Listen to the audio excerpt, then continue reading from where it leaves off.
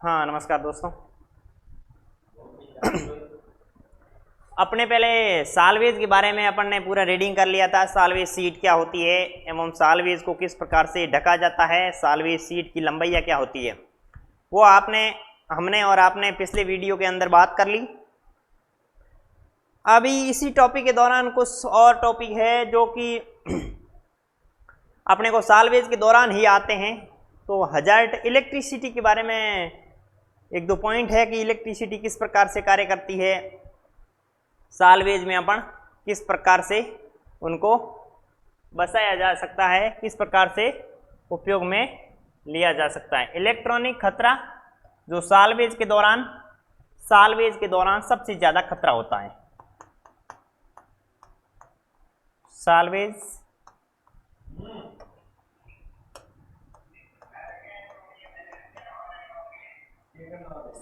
के दौरान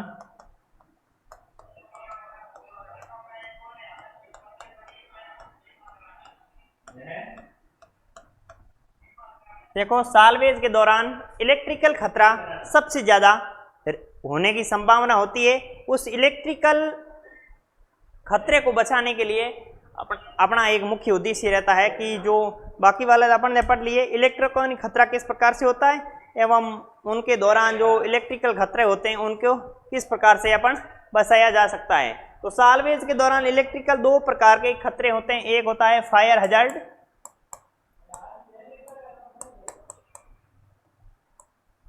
हजार्ड, दूसरा होता है कैजुअलिटी।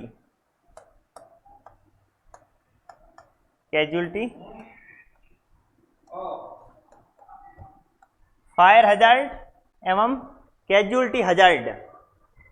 फायर हजार्ड एवं कैजुअलिटी हजार्ड में किस प्रकार से व्यक्ति को नुकसान होता है, व्यक्ति अपनी जिंदगी मरने तक भी वहां पहुंच जा सकता है इन इलेक्ट्रिकल साल्वेज के द्वारा, साल्वेज के उपकरणों के द्वारा।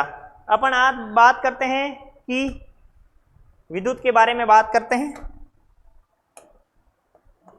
साथ साथ में आप नोट करते रहे विद्युत। ठीक है, विद्युत को, इलेक्ट्रिसिटी को, लाइट को मैकेनिकल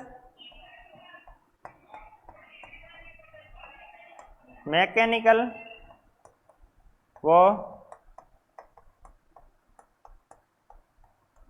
रासायनिक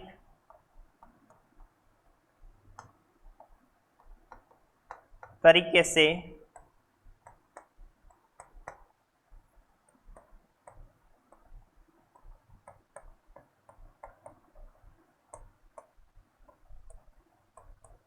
जो इलेक्ट्रिकल है उनको तैयार करने के लिए विद्युत मैकेनिकल या रासायनिक तरीके से उत्पन्न की जा सकती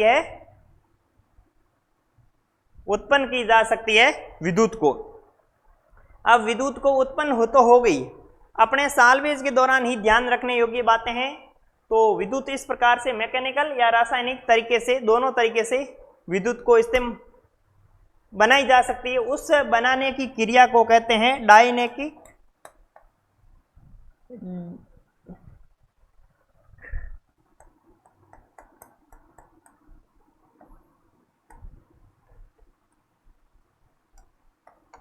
विद्युत। जो मैकेनिकल और रासायनिक तरीके से जो ऊर्जा उत्पन्न की जाती है उसे डायनामिक विद्युत कहते हैं, ऊर्जा कहते हैं। अब देखो, इलेक्ट्रॉन का जब प्रवाह होता है, इलेक्ट्रॉन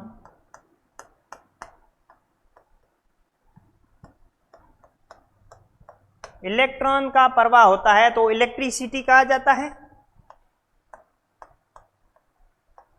इलेक्ट्रिसिटी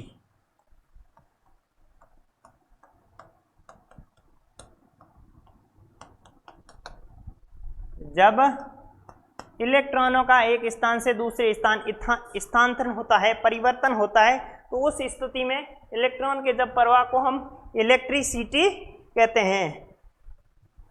दूसरा है, ये नोट कर लेना, करंट के प्रवाह करंट के प्रवाह को, जब करंट एक स्थान से दूसरे स्थान पर होता है तो उसको हम सर्किट कहा जाता है।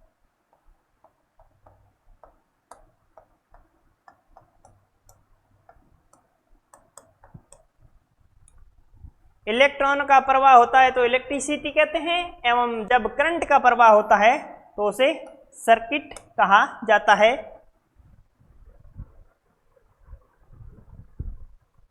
जब इलेक्ट्रिसिटी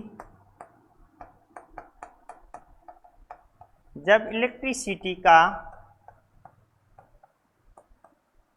प्रवाह होता है, जब इलेक्ट्रिसिटी का कहीं एक स्थान से दूसरे स्थान तक प्रवाहित होता है तो उसे कंडक्टर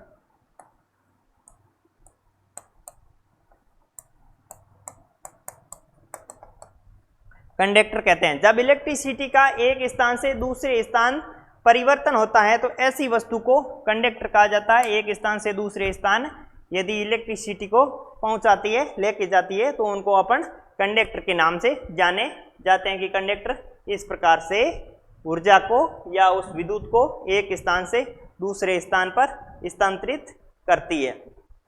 अब देखो, इस प्रकार से ऊर्जा का हस्तांतरण तो कर दिया। अब अपने काम की जो महत्वपूर्ण बात है वो है हजार्ड के बारे में। फायर हजार्ड,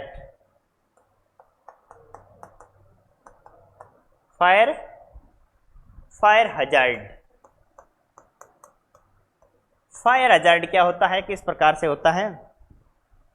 जब आमतौर पर जब स्पार्किंग और ओवरलोडिंग इलेक्ट्रिकल होता है तो ये कंडक्टरों के आपस में संपर्क में आने से चिंगारी गिरती है। जब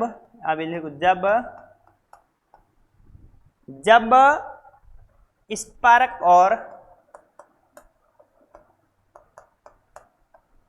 जब इलेक्ट्रॉन और इलेक्ट्रॉनिक हजार्ड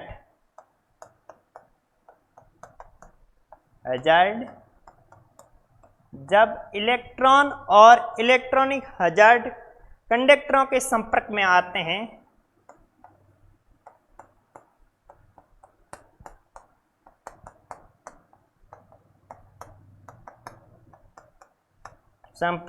जब कंडक्टरों में संपर्क में आते हैं तो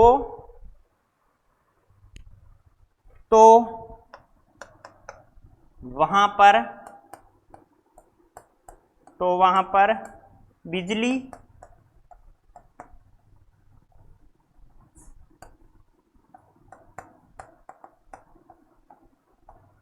गिरना, वह जहां पर बिजली गिरना एवं इस प्रकार से जब फायर हजार्ड हो जाता है तो क्या है, बिजली गिरता,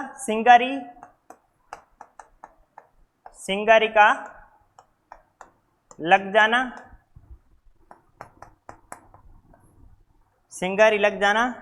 एवं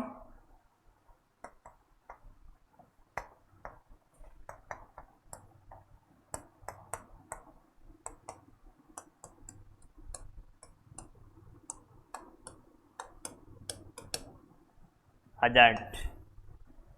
अब देखो, इस हजार्ड में इस प्रकार से कार्य करता है कि जब इलेक्ट्रिकल कहीं भी बिजली वगैरह लोड हो जाता है, ओवरलोडिंग हो जाता है, जब कंडक्टर आपस में टकराते हैं, विद्युत पीछे की ओर जाती है, जिससे क्या होता है कि वहाँ पर चिंगारी पैदा होती है।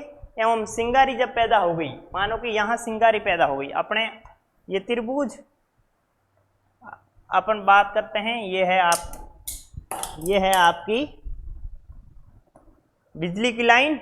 अब हीट,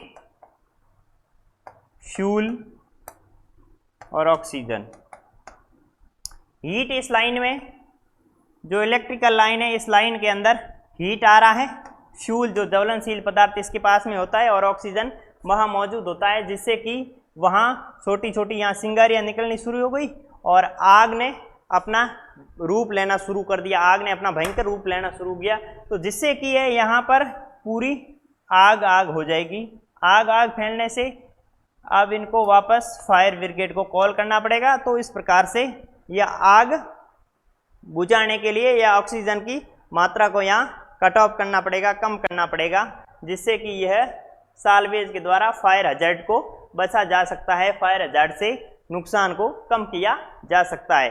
दूसरा आता है अपने casualty load, casualty hazard.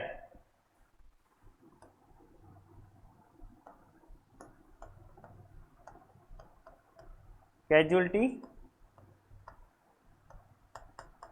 Hazard, casualty hazard में इस प्रकार से होता है कि कभी कभार पदार्थों के संपर्क में आने से आग लग जाती है। मानो कि आग लग गई, आग लगने के बाद में थोड़ी थोड़ी उसके अंदर मानो कि ये लाइन बिछी हुई, तो लाइन के अंदर जब व्यक्ति पास में जाता है तो क्या है, कैजुअल पास में जाता है तो इस लोड के संपर्क में आता है। लोड के संपर्क में आने के बाद में वो यहाँ आ गया, वो घायल हो जाता है एवं कभी कभार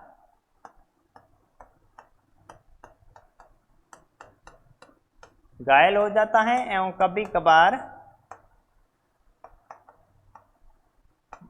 मृत्यु तक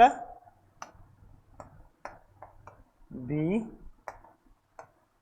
पहुंच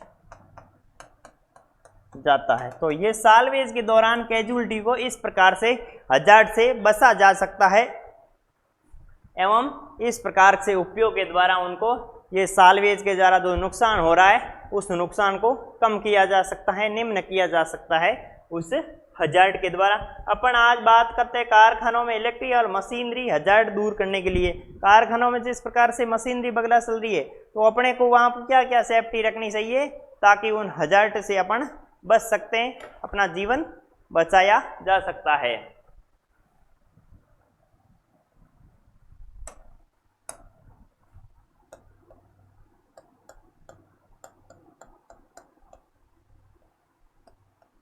कारखानों के अंदर इलेक्ट्रिक, कारखानों के अंदर इलेक्ट्रिक जो कारखाने होते हैं उसके अंदर इलेक्ट्रिक और मशीनरी के जो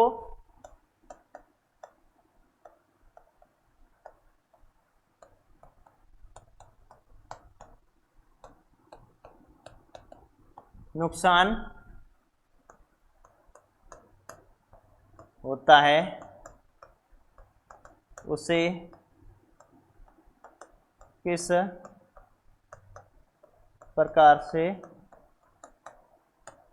बचा जाए। ये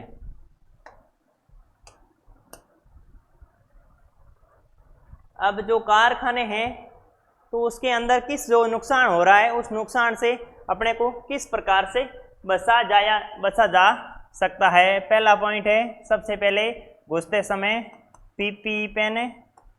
पीपीई पहनने के बाद में जो वायर है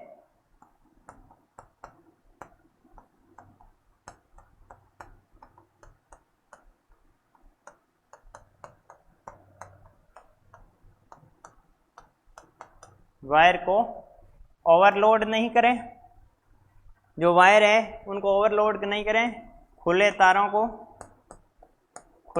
को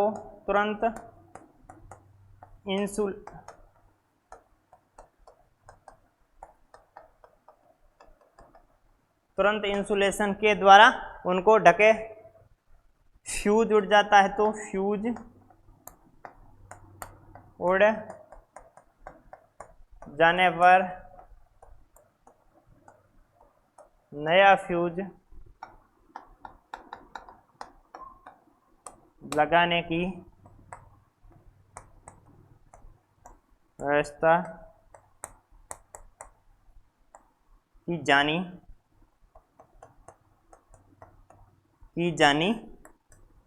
चाहिए। जहाँ पर कि विद्युत वगैरह हो गए तो इलेक्ट्रॉनिक इस प्रकार से ये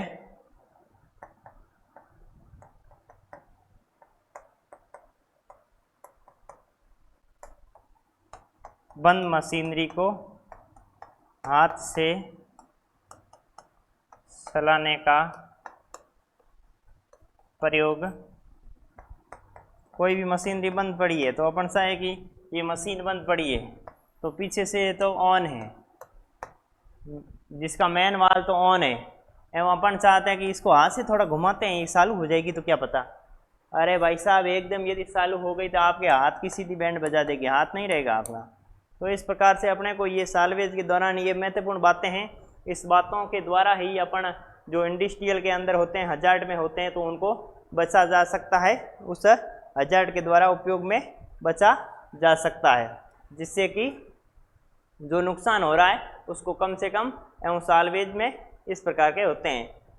अब एक दो पॉइंट और देखो, इसके अंदर होता है एक फायर,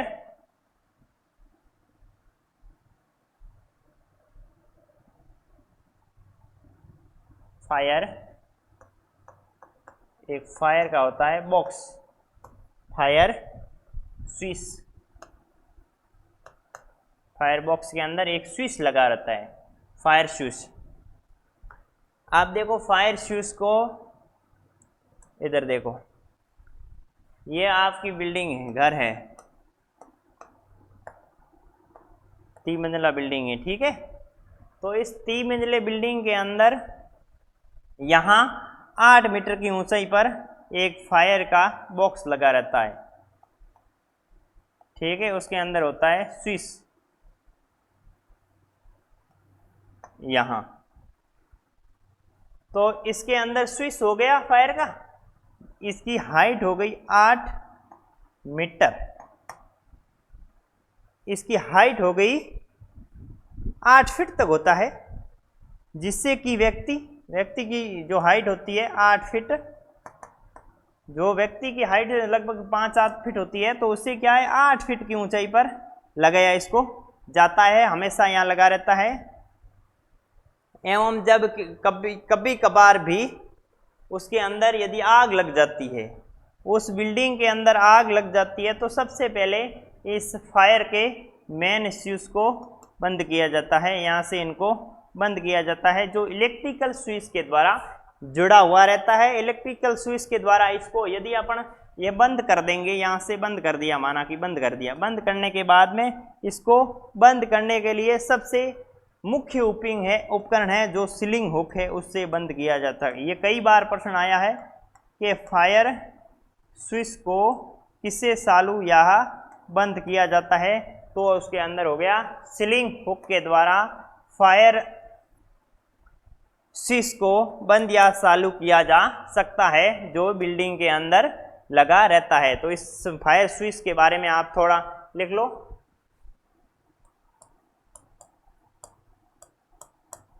फायर स्विच, अब इसके बारे में यह है,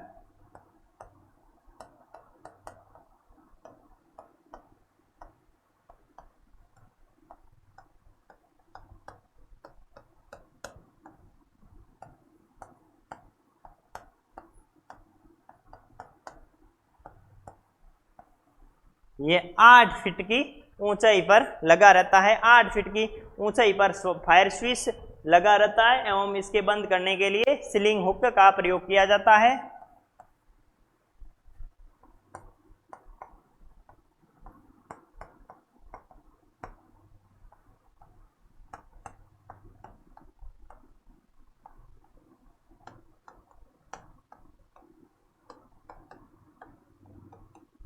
बंद करने के लिए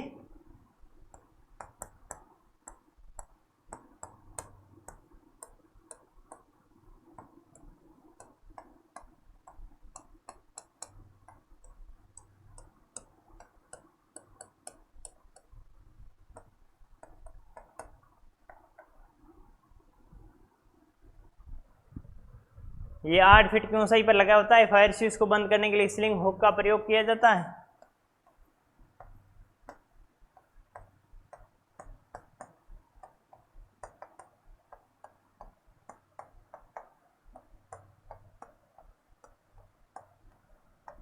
ये इलेक्ट्रिक से जुड़ा रहता है। जब भवन के अंदर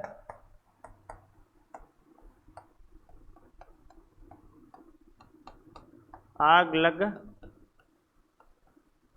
जाती है तो ही इस चीज को बंद व चालू किया जा सकता है। जब विशेष परिस्थिति के अंदर यदि उसके अंदर किसी भवन या बिल्डिंग के अंदर जब आग लग जाती है तब ही फायर स्विच को बंद या चालू किया जाता है एवं उपयोग में लिया जाता है। एक होता है इस प्रकार से शॉर्ट सर्किट होने की थोड़ी संभावना ज़्यादा रहती है, तो उस शॉर्ट सर्किट होने के कारण जो कभी भी इंडस्ट्रियल के अंदर जो शॉर्ट सर्किट होते हैं उनके मुख्य कारणों के बारे में यहाँ पे थोड़ा विस्तार से करते हैं।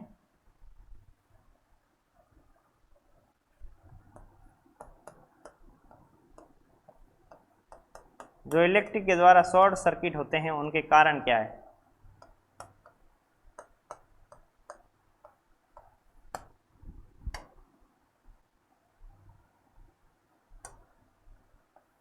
शॉर्ट सर्किट के कारण जो शॉर्ट सर्किट पुराना इंसुलेशन, जो लाइन होती है उस लाइन का पुराना इंसुलेशन,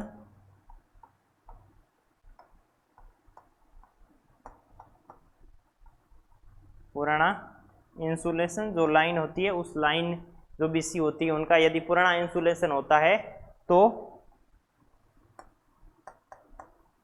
खामी वाला इंसुलेशन, जिस प्रकार से छोटे छोटे खामों वाला इंसुलेशन होता है तो उसमें भी यह खराब होने की, रबड़ का खराब हो जाना,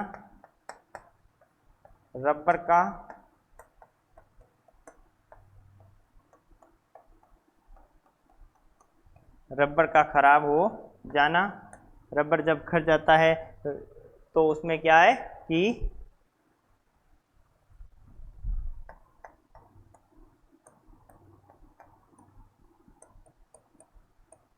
जो गेज होता है उस गेज का जब विनाश हो जाता है, खराब हो जाता है, जो गेज लगा होता है वो गेज किसी भी कारणवश से खराब हो गया तो उसके अंदर क्या है कि वो लाइन खराब होने की ज़्यादा संभावना रहती है।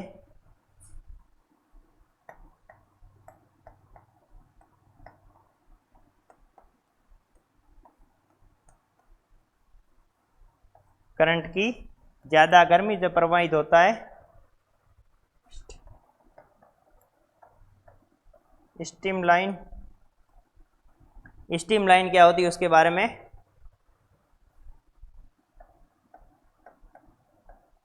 इसके बारे में विस्तार से बताते हैं।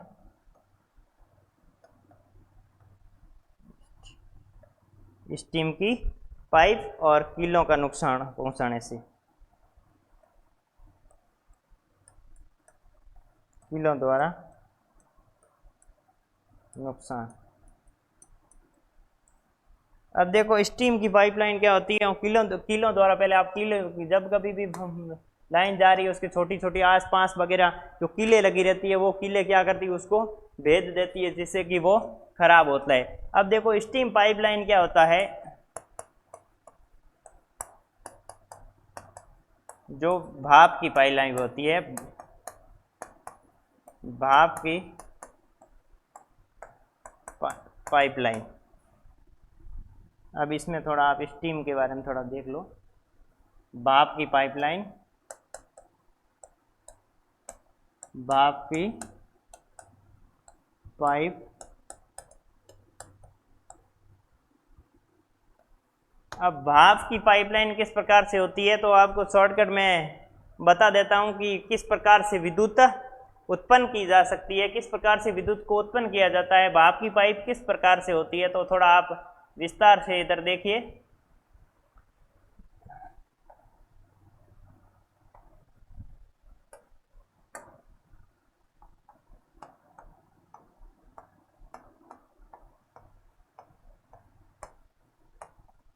ये आपके कोयले की खान है, इस खान से कोयला उत्पन्न होता है। कोयले के बारे में बात करते हैं। कोयला को इस खान के द्वारा उत्पन्न किया जा सकता है। सबसे पहले एक स्टेप में आता है कोयला, उसके बाद में सेकंड स्टेप में जाता है, उससे क्या है इसमें कोयला जो बड़े बड़े कोयले होते हैं यहाँ तक पहुँचाया जाए, चाहे ये बेल्ट और कन्वेयर बेल्ट के द्वारा पहुँचाएं, या आप बेल्ट मान लो, बेल्ट कन्वेयर, या आप किसी भी ट्रक के द्वारा यहाँ पहुँचाया, या कोई ट्रक के द्वारा। जब कोयला प्रारंभिक स्तर में आता है तो कोयले को छोटा छोटा किया जाता है। उसके बाद में आता है सेकेंडरी, कोयले को सेकंड स्टेप में दिया जाता है, तो कोयले को पूरा पीसा जाता है। पीसने के बाद में यहाँ आती है स्क्रीन हाउस, जिसमें कि कोयले को साना जाता है, साफ किया जाता है। साफ करने के बाद सीधा कोयला यहाँ जाता है बेल्टों के माध्यम से। बेल्टों के माध्यम से जाने के बाद इस प्रकार से बड़े बड़े, जिसको बॉयलर बोलते हैं, बॉयलर, ये एक बॉयलर, ये दूसरा बॉयलर, कितने भी हो सकते हैं बॉयलर। अब बॉयलर के अंदर सीधा सीधा कोयला जाता है। बॉयलर के अंदर क्या होती है, हवा भरी रहती है, एवं हवा रहती है नीचे। यहाँ पर मानो कि आपने ये बॉयलर के यहाँ छोटी पाइपलाइन लगी रहती है, जो कि स्टीम की पाइपलाइन है, वो अभी उसके अंदर लगा, तो उसके पास में नहीं।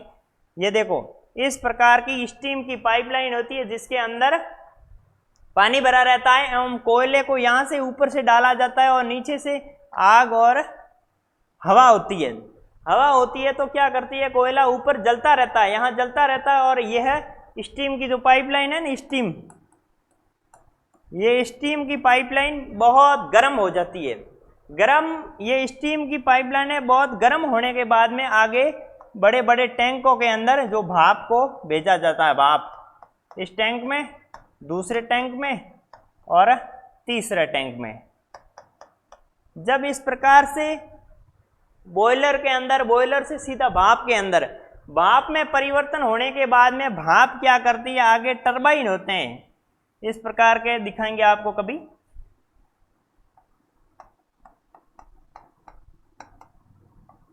टरबाइन, जिससे कि टरबाइन क्या होते हैं, जो भाप आ रही है उस भाप के द्वारा टरबाइन घूमने शुरू हो जाते हैं। जो टरबाइन इस प्रकार से घूमने शुरू हो जाते हैं, जिससे कि बिजली बननी शुरू हो जाती है। यहाँ बिजली बन रही है।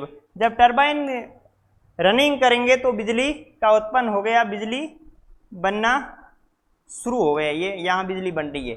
तो इस प्रकार से जो स्टीम पाइपलाइन है, भाप की पाइपलाइन है, इस प्रकार से उनको भाप के द्वारा गर्म किया जाता है, एवं गर्म करने के बाद में इस प्रकार से वो अपना कार्य करती है। कार्य करने के बाद में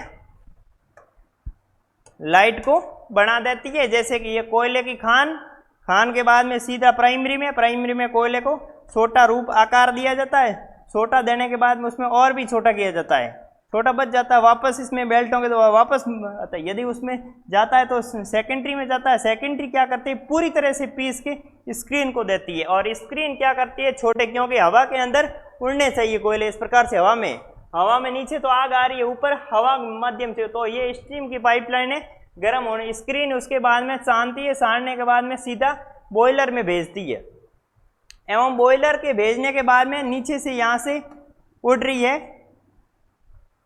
उड़ने के बाद में ये स्टीम की पाइपलाइन है, गर्म हो जाती है। गर्म हो जाने के भाप बड़े बड़े इस प्रकार से टंकियां रहती है, उस टंकियों में इकट्ठा किया जाता है। इकट्ठा करने के बाद उस भाप के द्वारा टरबाइन को चलाया जाता है, जिस टरबाइन चलने के बाद में सीधी बिजली उत्पन्न होती है। तो इस प्रकार से बिजली को उत्पन्न किया जा सकता है, एवं साल्वेज के द्वारा किस प्रकार से उपयोग में लिया जा सकता है। साल्वेज के बारे में बस इतना ही था, अपने पूरा विस्तार से पढ़ा, एवं आप अपनी नोटबुक के द्वारा ये चित्र यदि बना लेते हो तो आपको कोयला किस प्रकार से आता है ये पूरा समझ में आ जाएगा।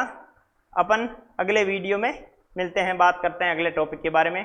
तब तक के लिए जय हिंद।